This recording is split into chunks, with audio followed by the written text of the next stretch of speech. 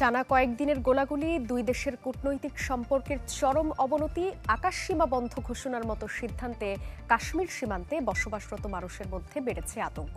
সম্ভাব্য যুদ্ধ শঙ্কায় আগেভাগেই খাদ্য মজুত করতে শুরু করেছেন পাকিস্তান নিয়ন্ত্রিত কাশ্মীরের মানুষ। পেহেলগামে হামলার পর থেকে ভারত নিয়ন্ত্রিত কাশ্মীরে থাকা পাকিস্তানিদের হয়রানি ও গ্রেপ্তারের অভিযোগ পাকিস্তান নিয়ন্ত্রিত কাশ্মীরের বাসিন্দাদের। প্রতিদিনই ভারত পাকিস্তান নিয়ন্ত্রণ রেখা উত্তপ্ত দুই পক্ষের সেনাদের গোলাগুলিতে। ফলে বিনিদ্র রাত কাটাচ্ছেন কাশ্মীর সীমান্তের দুই পারের মানুষ। তাদের মধ্যে বেড়েছে ভয় ও আতঙ্ক। বড় পরিসরে যুদ্ধ বাঁধতে পারে এমন শঙ্কায় আগে ভাগেই প্রস্তুতি নিতে শুরু করেছে পাকিস্তান নিয়ন্ত্রিত কাশ্মীর। দুই দেশের উত্তেজনা বৃদ্ধির ফলে যুদ্ধ পরিস্থিতি তৈরি হওয়ায় ঝুঁকিপূর্ণ এলাকাগুলোতে যেন ভবিষ্যতে খাদ্য সরবরাহের ঘাটতি না হয়, সেজন্য খাদ্য বিভাগকে পরিকল্পনা তৈরির নির্দেশ দিয়েছেন পাকিস্তান শাসিত কাশ্মীরের খাদ্যমন্ত্রী আকবর ইব্রাহিম।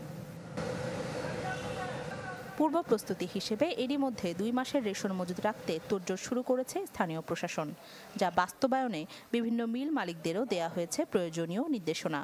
নিয়ন্ত্রণ রেখা বরাবর সব ডিপোতে পর্যাপ্ত ময়দার মজুদ আছে বলে জানিয়েছে পাকিস্তান নিয়ন্ত্রিত কাশ্মীরের খাদ্য বিভাগ।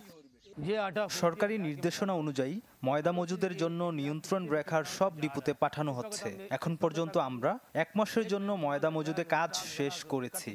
আরেক মাসের জন্য মজুদ করতে হলে আমাদের 3-4 দিন সময় লাগবে। তবে সরকারি এই সিদ্ধান্তের প্রেক্ষিতে অনেক বাসিন্দাদের মুখেই শোনা যাচ্ছে ভিন্ন সুর।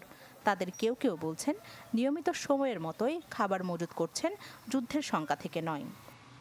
আমরা কেন খাবার মজুদ করব? আমি আজ বেঁচে আছি, কাল হয়তো থাকবো না। আমি শুধু আজকের কথাই ভাবি।